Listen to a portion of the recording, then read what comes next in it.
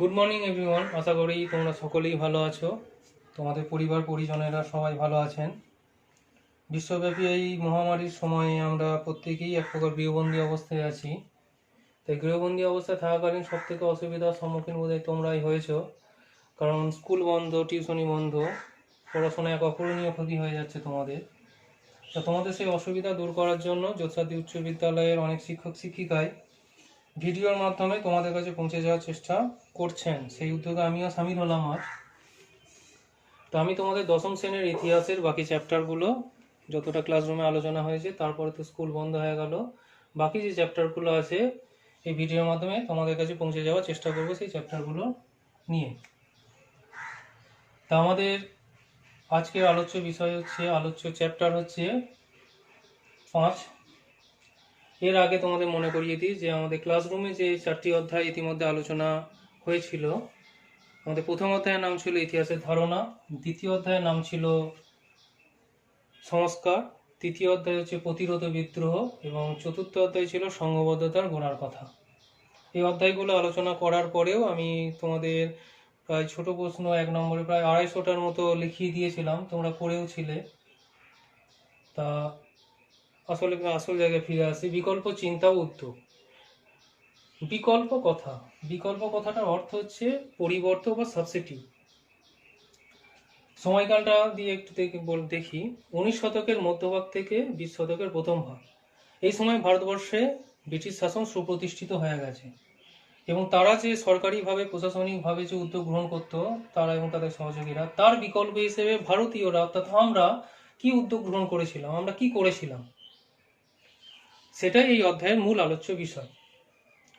তাই এই অধ্যায়টিকে আলোচনা করার সুবিধার্থে আমি অধ্যায়টিকে একক হিসেবে ধরে তাকে উপ এককে ভাগ করে নিয়েছি 3টি। এক হচ্ছে ছাপাখানার বিকাশ, 2 বাংলায় বিজ্ঞান ও কারিগরি শিক্ষার বিকাশ, 3 ঔপনিবেশিক শিক্ষা ধারণা সমালোচনা। এই অধ্যায়ে আমরা দেখব কোথায় কোথায় ছাপাখানা প্রতিষ্ঠিত হয়েছিল, কারা প্রতিষ্ঠা করেছিলেন, বাংলা বিজ্ঞান ও কারিগরি শিক্ষার বিকাশে কাদের অবদান ছিল, ভারতীয়দের। এখানে আচার্য প্রফুল্লচন্দ্র রায়, জগদীশচন্দ্র বসু, মহেন্দ্রলাল সরকার, এনাদের অবদানের কথা পড়ব। এবং রবীন্দ্রনাথ ঠাকুর যে উদ্যোগ গ্রহণ করেছিলেন শিক্ষাক্ষেত্রে শান্তিনিকেতন প্রতিষ্ঠা, ঔপনিবেশিক শিক্ষার সমালোচক তিনি ছিলেন। তিনি বলতেন যে এই শিক্ষা মানুষের সর্বাঙ্গীন উন্নতি করতে পারে না, তার বিকল্প হিসেবে পরিবেশের সঙ্গে যে শিক্ষা, মানে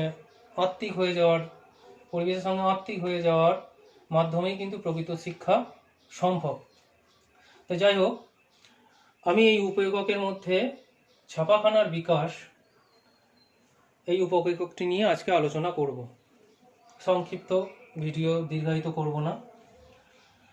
তা এই উপএককটিকে আমরা আবার 3টে পার্টে ভাগ করছি। ছাপাখানার ইতিকথা, প্রতিষ্ঠা, কারা প্রতিষ্ঠা করেছেন, কোথায় প্রতিষ্ঠিত হয়েছিল, এবং ছাপাখানার যে ইতিহাস আছে সেই ইতিহাসটা সংক্ষেপে জানব। ছাপা বইয়ের সঙ্গে শিক্ষা বিস্তারের কি সম্পর্ক, এবং ছাপাখানার ব্যবসায়িক উদ্যোগ। তো প্রথমে আসি ছাপাখানার ইতিকথা। ছাপাখানা কোথায় প্রথম প্রতিষ্ঠিত হয়েছিল? মানব সভ্যতার ইতিহাসে যে আবিষ্কারগুলো খুব গুরুত্বপূর্ণ তার মধ্যে অন্যতম হচ্ছে ছাপাখানা। কারণ ছাপাখানা যদি আবিষ্কার না হতো, এই বইপত্র, খবরের কাগজ, এসব কিছুই ছাপানো যেত না, মানুষের জ্ঞানের বিকাশ ঘটতো না। বহু প্রাচীনকালের যে গ্রন্থগুলো, সেগুলোকে নতুনভাবে মানুষের কাছে পৌঁছে দেওয়া সম্ভব হয়ে যায় ছাপাখানার দৌলতে। নাহলে যদি হাতে লেখা গ্রন্থ থাকতো তাহলে কিন্তু সেই বইগুলো প্রচুর দাম হতো, আমাদের কেনার সাধ্যের বাইরে চলে যেত। তা সেই ছাপাখানা প্রথম, তার ইতিহাস ঘাঁটতে গিয়ে দেখা যায় যে ছাপাখানার প্রথম মুদ্রিত বই হচ্ছে হীরক সূত্র, চীন দেশে। চীনের বদনাম অনেক ক্ষেত্রেই আছে, আমরা এখন বারবার চীনকে দোষ দিচ্ছি করোনা ভাইরাস, যদিও করোনা ভাইরাস কোনো দেশের হয় না, কোনো ভাইরাসই কোনো দেশের হয় না। তা যাই হোক, চীনের যে প্রধান দুটো অবদান সেটা হচ্ছে, এক হচ্ছে ছাপাখানা, 2 হচ্ছে কাগজের আবিষ্কার, কাগজের ব্যবহার করা। তারাই প্রথম কিন্তু শিখিয়েছিল মানব সভ্যতাকে। তা সেই ছাপাখানা প্রথম মুদ্রিত বইটার নাম বললাম যে হীরক সূত্র। এটি পাওয়া গিয়েছিল চীনের একটি গুহায়, 1900 খ্রিস্টাব্দ নাগাদ এটি আবিষ্কার করা হয়েছিল। এবং এই বইটার মুদ্রণ কাল কিন্তু উল্লেখ করা আছে 868 খ্রিস্টাব্দ নাগাদ এই বইটি মুদ্রিত হয়েছিল, মে মাস সম্ভবত হবে। এটি যে প্রথম মানুষের দ্বারা বা ছাপাখানার দ্বারা মুদ্রিত গ্রন্থ, এটি প্রমাণ করেছিলেন অধ্যাপক অরেনস্টাইন। তা সেই সময়কার ছাপাখানা কেমন ছিল? কাঠ ও পাথরের ব্লক তৈরি করে সেগুলোকে ছাপা হতো। যেমন তোমরা এই মেলায় দেখতে পাবে ব্লক, কাঠের ব্লক বা মেহেন্দি করে দেখবে মেলায় অনেক দোকান থাকে, ওখানে একদম পুরো নকশাটা করা আছে, ওটা হাতে ছাপিয়ে দেওয়া হলো, এটাই একদম। তো এইগুলোকে যে ফিক্সড কাঠের মধ্যে ওই নকশা বা লেখাগুলো ছাপিয়ে, লিপিগুলো ছাপিয়ে কিন্তু কাগজের মধ্যে ছাপা হতো, এটাকে বলা হতো জাইলোগ্রাফি।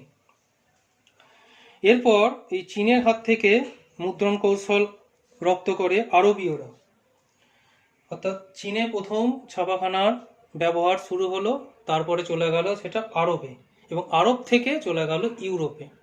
ইউরোপে পঞ্চদশ শতকে নবজাগরণ ঘটে, আমরা জানি জ্ঞান বিজ্ঞানের মানে স্ফুরণ ঘটে। তা সেই সময়ে ছাপাখানার প্রয়োজনীয়তা দেখা দেয়, মানুষের মধ্যে মানে বইপত্র এগুলোর চাহিদা বেড়ে যায়।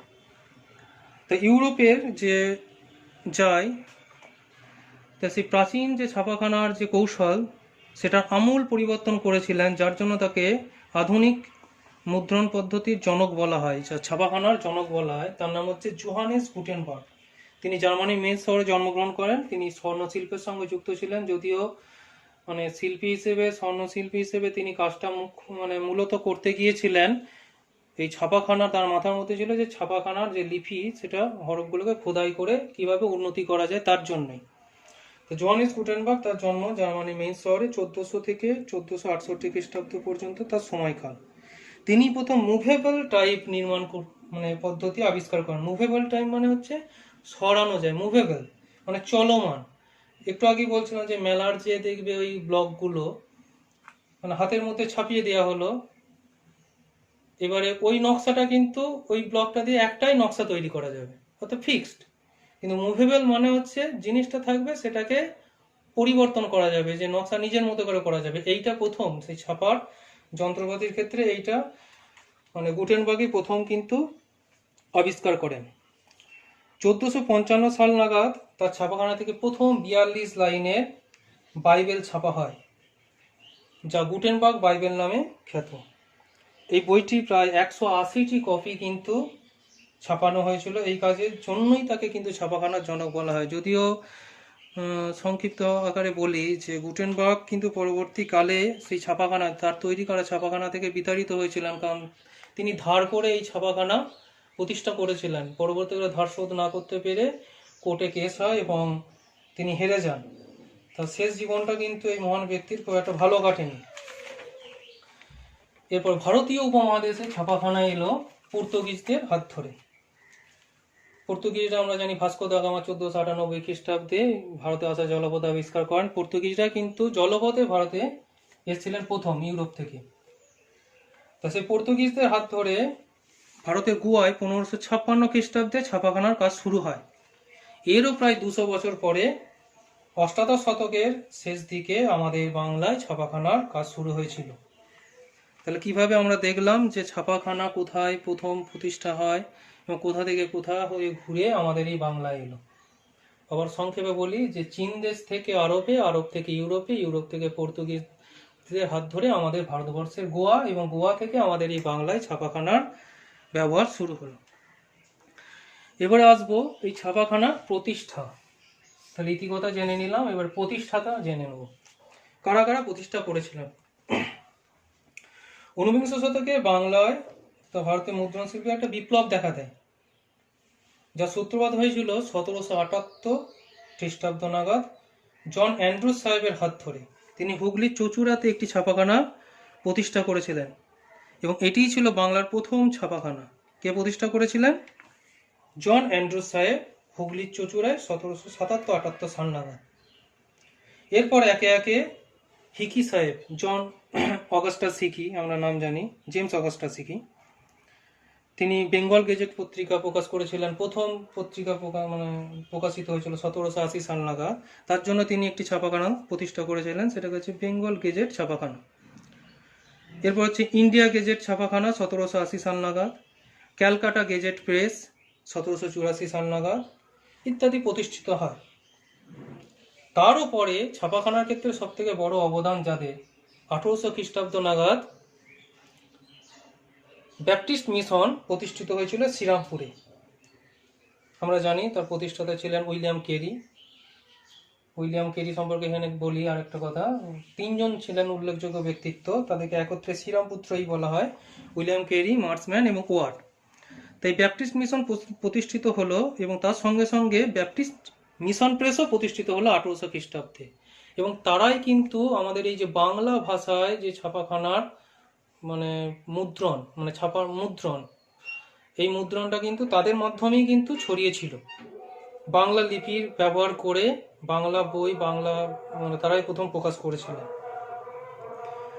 এ ব্যাপারে একটা সংখ্যা দিই, 1800 থেকে 1832 খ্রিস্টাব্দ পর্যন্ত প্রতিষ্ঠা হওয়ার প্রায় 33 দশকের মধ্যে প্রায় এই শ্রীরামপুর ব্যাপটিস্ট মিশন প্রেস থেকে 2 লক্ষের উপরে বই ছাপা হয়েছিল। তাহলে এটা একটা বিশাল সংখ্যা কিন্তু 30 বছরের মধ্যে, সেই সময়ে সূচনা পর্বে। তা একে একে খ্রিস্টান মিশনারিদের উদ্যোগে বাংলার বিভিন্ন জায়গায় কিন্তু ছাপাখানা বিকাশ ঘটতে শুরু করে।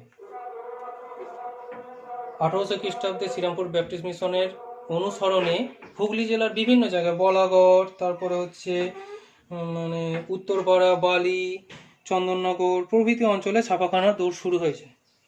এরপরে শহর ছাড়াও মানে আমাদের জেলার বিভিন্ন সদরে, তখন তো সদর বলতে এখনকার মতো আধুনিক শহর তখন ছিল না, তা যাই হোক সেই জেলার সদরগুলোতে বীরভূম, বাঁকুড়া, পুরুলিয়া, বর্ধমান, মালদহ, জলপাইগুড়ি প্রভৃতি জায়গায় কিন্তু ধীরে ধীরে ছাপাখানার মানে প্রচলন শুরু হয়ে যায়। ব্যবসায়িকভাবেও হয় এবং ব্যক্তিগত উদ্যোগে অনেকে মানে বই প্রকাশের জন্য কিন্তু ছাপাখানা প্রতিষ্ঠা করেছিলেন। তবে সব থেকে কিন্তু ভালো ছাপাখানা যেগুলোকে বোঝায় সেটা কিন্তু কলকাতাতেই ছিল। এছাড়াও আমাদের বর্তমান বাংলাদেশের ঢাকা, কুমিল্লা, ময়মনসিংহ, তারপরে হচ্ছে খুলনা প্রভৃতি জায়গায় কিন্তু ছাপাখানার মানে চাহিদা বৃদ্ধি পায়। মানুষের যে জ্ঞানের চাহিদা সেটা মেটাবার জন্য বইয়ের দরকার এবং বই সে ছাপাখানা ছাড়া হবে না, তাই ছাপাখানার চাহিদা বৃদ্ধি পায়। কারণ 19 শতকে ভারতে নবজাগরণও ঘটেছে ছাপাখানার দৌলতেই বলতে পারো। কারণ ছাপাখানা যদি না থাকতো তাহলে নবজাগরণের যে সুফল সেটা আমরা হয়তো পেতাম না। তা প্রথম দিকে খ্রিস্টান মিশনারিদের উদ্যোগেই কিন্তু ছাপাখানার বিকাশ ঘটে। তা সেই সময় ছাপাখানা থেকে কি কি ছাপা হতো না, বাইবেল, খ্রিস্টান বিভিন্ন ধর্মগ্রন্থ, কারণ তাদের উদ্দেশ্যই ছিল খ্রিস্টান ধর্ম প্রচার করা। এবং খ্রিস্ট ধর্ম প্রচার করতে গেলে তাদের যেটা দরকার ছিল মানুষের কাছে পৌঁছানো, তাদের যে মূল গ্রন্থ বাইবেল, সেই বাইবেলটা মানুষের কাছে পৌঁছে দেওয়া। এবং ভাষার একটা অসুবিধা দূর করার জন্যই কিন্তু তারা বাংলা ভাষার মাধ্যমে কিন্তু এই বাইবেল মানে প্রচার করতে চেয়েছিল, তার জন্য ছেপেছিল। এবার আসছি ছাপাখানার সঙ্গে শিক্ষা বিস্তারের সম্পর্ক। তোমরা দেখো এখন পশ্চিমবঙ্গে প্রায় মাধ্যমিক দেয় 10 লক্ষ ছাত্রছাত্রী এবং গোটা পশ্চিমবঙ্গে প্রায় 40-50 লক্ষ ছাত্রছাত্রী কিন্তু পড়াশোনা করছে। যদি আমি হিসেবটা অ্যাকুরেট হিসেবটা জানি না, তা আনুমানিক হিসেব করলেই দেখা যাচ্ছে। তো এত ছাত্রছাত্রী 6টা-7টা করে যদি বই, কত বইয়ের প্রয়োজন। তা যদি ছাপাখানা না থাকতো এত বই তোমাদের কাছে পৌঁছে যেত এই 50 টাকা 60 টাকা বা বিনা পয়সায়? সম্ভব হতো না। তাহলে ছাপাখানা যদি না থাকতো শিক্ষার বিস্তারও কিন্তু ঘটতো না। শিক্ষার যে জনশিক্ষার যে এত বিস্তার ঘটেছে, আমরা এখন বলি আমাদের রাজ্য 98% এডুকেটেড, কেরল হচ্ছে 100% এডুকেটেড। তাই প্রত্যেকটা মানুষের কাছে বই পুস্তক পৌঁছে গেছে কার দৌলতে? ছাপাখানার দৌলতে। ছাপাখানা যদি না থাকতো তাহলে কিন্তু জনশিক্ষার বিকাশও ঘটতো না। তাহলে শিক্ষা বিস্তারের সঙ্গে একটা ব্যাপক সম্পর্ক আছে ছাপাখানা। এবং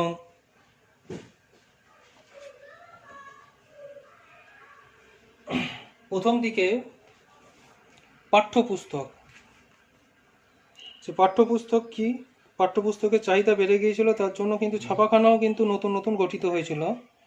না আমরা জানি যে খ্রিস্টান মিশনারিদের হাত ধরেই ভারতে পাশ্চাত্য শিক্ষার প্রথম দিকে বিকাশ ঘটেছিল। তারা বিভিন্ন জায়গায় স্কুল কলেজ প্রতিষ্ঠা করছিলেন এবং পরবর্তীকালে ইংরেজ সরকারও কিন্তু সরকারিভাবে বিভিন্ন প্রতিষ্ঠান, পাশ্চাত্য শিক্ষা প্রতিষ্ঠান গড়ে তোলে। তা সেই সমস্ত শিক্ষা প্রতিষ্ঠানে তো পাঠ্যপুস্তক দরকার। তা সেই পাঠ্যপুস্তক কোথা থেকে আসবে? ছাপাখানা থেকে স্বাভাবিকভাবে। তার জন্য কিন্তু অনেক অনেক ছাপাখানা প্রতিষ্ঠিত হতে শুরু হয়েছিল। আর কি শুধু পাঠ্যপুস্তক তো ছাপা হতো না। আচ্ছা, এখানে বলি যে পাঠ্যপুস্তকগুলোর মধ্যে কোন বইগুলো খুব গুরুত্বপূর্ণ ছিল আমাদের বাংলা ভাষা শিক্ষার জন্য। যেটা প্রথম দরকার সেটা হচ্ছে বর্ণপরিচয়, বিদ্যাসাগর মহাশয়। তো বর্ণপরিচয় প্রথম ভাগ, দ্বিতীয় ভাগ, তারপর হচ্ছে কথামালা, বোধোদয়, এগুলো আমরা ছোটবেলাতেও পড়েছি, যদিও বোধোদয় কথামালা না। বর্ণপরিচয়টা আমাদের পড়তে হয়েছে বাংলা ভাষা শিক্ষার জন্য। আমাদের বর্ণপরিচয় অবশ্যই প্রত্যেকের দরকার। তা সেই পাঠ্যপুস্তকের মধ্যে গুরুত্বপূর্ণ ছিল বর্ণপরিচয়। অন্যান্য গ্রন্থ এই সময় ছাপাখানা থেকে কি ছাপা হতো? অন্যান্য গ্রন্থের মধ্যে প্রাচীন সাহিত্য, রামায়ণ, মহাভারতের অনুবাদ, এগুলো কিন্তু সুলভে অল্প খরচে মানুষের কাছে পৌঁছে গিয়েছিল। এছাড়াও ছাপাখানাগুলো থেকে সংবাদপত্র, নিত্য নতুন অনেক সংবাদপত্র এই সময় বেরিয়েছিল। তা সেই সংবাদপত্র প্রকাশিত হতে থাকে ছাপাখানাগুলোর থেকে। নতুন নতুন শিক্ষা প্রতিষ্ঠান গড়ে উঠেছিল। যেমন হচ্ছে আমরা জানি যে শুধুমাত্র তারা বই মানুষের কাছে বিতরণের উদ্দেশ্যেই গড়ে উঠেছিল। যেমন হচ্ছে স্কুল বুক সোসাইটি 1817 খ্রিস্টাব্দে, তারপর হচ্ছে ক্যালকাটা স্কুল সোসাইটি। তা এইগুলো গড়ে উঠেছিল মানুষের কাছে বিনা পয়সায় পাঠ্যপুস্তক পৌঁছে দেওয়ার জন্য ছাত্রছাত্রীদের কাছে। তাহলে শিক্ষার বিস্তার কিন্তু ছাপাখানা দৌলতেই হয়েছে, এটা অস্বীকার করার উপায় নেই। কিন্তু কেন ছাপাখানার ফলে শিক্ষার বিস্তার ঘটা সহজ হয়ে গেল কেন? কারণ হচ্ছে এক হচ্ছে সহজলভ্যতা। ছাপা বইয়ের দাম কিন্তু খুব কম হবে। হাতে লেখা বই, আমি আগেও বলেছি, হাতে লেখা বইয়ের দাম কিন্তু প্রচুর হতে পারে। কারণ একজন সে হাতে লিখে লিখে একটা বই 200 পাতা 300 পাতা, সে বইয়ের দাম স্বাভাবিকভাবেই বেশি হবে। আর ছাপাখানায় 10 মিনিটের মধ্যে একটা 200 পাতার বই ছেপে বেরিয়ে আসবে। লেখার স্পষ্টতা, আমি যদি হাতে লেখায় দেখো, এখানে সবার হাতে লেখা সমান নয়। এই হাতের লেখাটা যদি একদম টাইপ করা থাকতো তাহলে বুঝতে অসুবিধা হতো। যেটা বইয়ের লেখা আর খাতার লেখা দেখবে, হাতে লেখা বুঝতে অসুবিধা হয় অনেক সময় হাতে লেখা। কিন্তু টাইপ করা লেখা, যেটা ছাপাখানা দৌলতেই সম্ভব হয়েছে, সেই লেখা ছিল স্পষ্ট। এবং আর একটা কারণ ছিল, সেটা হচ্ছে বিভিন্ন বিদ্যালয়ে একই ধরনের শিক্ষার বিস্তার ঘটানো সম্ভব হয়েছিল। কারণ বই সবাই এক পড়বে। তোমাদের দেখো এখন মাধ্যমিকের যদি ইতিহাস বইটা, যদিও মাধ্যমিকের ইতিহাস বইটা মধ্যশিক্ষা পর্ষদ থেকে পুরো লাইসেন্স দেয় হয়তো, কিন্তু কিছু কিছু বই, যেমন অঙ্ক বইয়ের কথাই বলি, তো অঙ্ক বইটা তোমার কলকাতার ছেলেও যে অঙ্ক বইটা করছে, তুমিও সেটা করছো, বা দার্জিলিংয়ের ছেলেরা সেটা করছে। অর্থাৎ বিষয়বস্তু কিন্তু ছাপাখানা দৌলতে সব জায়গায় কিন্তু একই থাকছে। আবার একবার মনে করি দিই কেন ছাপাখানার ফলে সুবিধা হয়েছিল। এক হচ্ছে সহজলভ্যতা, 2 হচ্ছে লেখার স্পষ্টতা, 3 হচ্ছে বিষয়বস্তু এক থাকা বিভিন্ন জায়গায়। এবার আসছি ছাপাখানার ব্যবসায়িক উদ্যোগ। আমি একটু আগেই বলেছি যে বিভিন্ন স্কুল কলেজ প্রতিষ্ঠান তাদের ছাত্রছাত্রীদের কাছে পাঠ্যপুস্তক পৌঁছে দেওয়া, এর ফলে ছাপাখানা পাঠ্যপুস্তকের চাহিদা বৃদ্ধির সঙ্গে সঙ্গে ছাপাখানারও কিন্তু চাহিদা বেড়ে যায়। তা এরপরে এক শ্রেণীর বাঙালি তারা বুঝতে পারলো যে এটা একটা লাভজনক ব্যবসা। তা ব্যবসায়িক উদ্যোগ কিন্তু ছাপাখানার শুরু হয়ে গেল, যারা মূলত ব্যবসার জন্যই ছাপাখানা প্রতিষ্ঠা করেছিল। তো সব মালিকের কাছে একই উদ্দেশ্য ছিল না, কারো কাছে ছিল এটা আদর্শের ক্ষেত্রেও ছিল, আবার কারো কাছে ছিল শুধুমাত্র ব্যবসায়িক লাভ। তা 19বিংশ শতকে যে বিচিত্র জ্ঞান লাভের দৌড় মানুষের মধ্যে দেখা যায়, তার চাহিদা পূরণের জন্যই কিন্তু ছাপাখানার চাহিদাও কিন্তু বৃদ্ধি পেয়েছিল। ব্যবসার দিক থেকে সব থেকে উল্লেখযোগ্য ছিল Serampore mission press, William Carey. আমি আগেও বলেছি যে 1800 থেকে প্রতিষ্ঠা হওয়ার পর থেকে 1830, এই 3 দশকের মধ্যে প্রায় 2 লক্ষাধিক বই এরা ছেপেছিল। রত্নাকর প্রেস, নীলমণি হালদার ব্যবসায়িক উদ্যোগে প্রতিষ্ঠা করেছিলেন। Eastern hope press, Ishwarchandra Basu.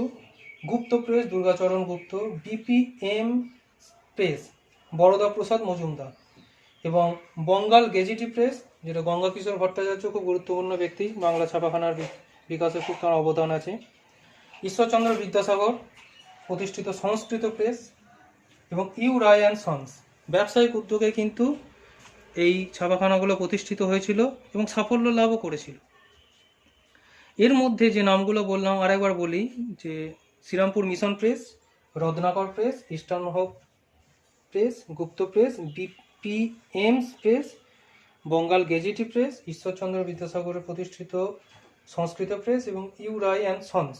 এর মধ্যে সব থেকে উল্লেখযোগ্য ছিল U Ray and sons. U Ray and sons, এটা নিয়ে একটু আলোচনা করি। উপেন্দ্র কিশোর রায়চৌধুরী তিনি প্রতিষ্ঠা করেছিলেন ইউ রায় অ্যান্ড সন্স। 1885 খ্রিস্টাব্দ নাগাদ তিনি এটি প্রতিষ্ঠা করেছিলেন এবং 1895 খ্রিস্টাব্দে তার ছাপাখানাটার নাম দিয়েছিলেন ইউ রায় অ্যান্ড সন্স। তিনি ইংল্যান্ড থেকে বিভিন্ন যন্ত্রপাতি এনে কলকাতায় এটি প্রতিষ্ঠা করেছিলেন এবং নিজের জমিদারির কিছু অংশ তিনি বিক্রি করতে বাধ্য হয়েছিলেন।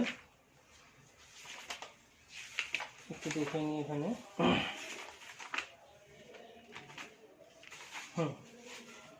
তো ইউ রায় অ্যান্ড সন্স কিভাবে প্রতিষ্ঠিত হলো? আচ্ছা, এইটা খুব গুরুত্বপূর্ণ প্রশ্ন, তো এখানে আলাদা করে আলোচনা করছি। ইউ রায় অ্যান্ড সন্স প্রথমে হচ্ছে প্রতিষ্ঠা কি বললাম, কবে প্রতিষ্ঠিত হয়েছিল? 1895 খ্রিস্টাব্দে নামটা হয়েছিল ইউ রায় অ্যান্ড সন্স। 1885 খ্রিস্টাব্দে এটি প্রতিষ্ঠিত হয়েছিল। কি অবদান ছিল?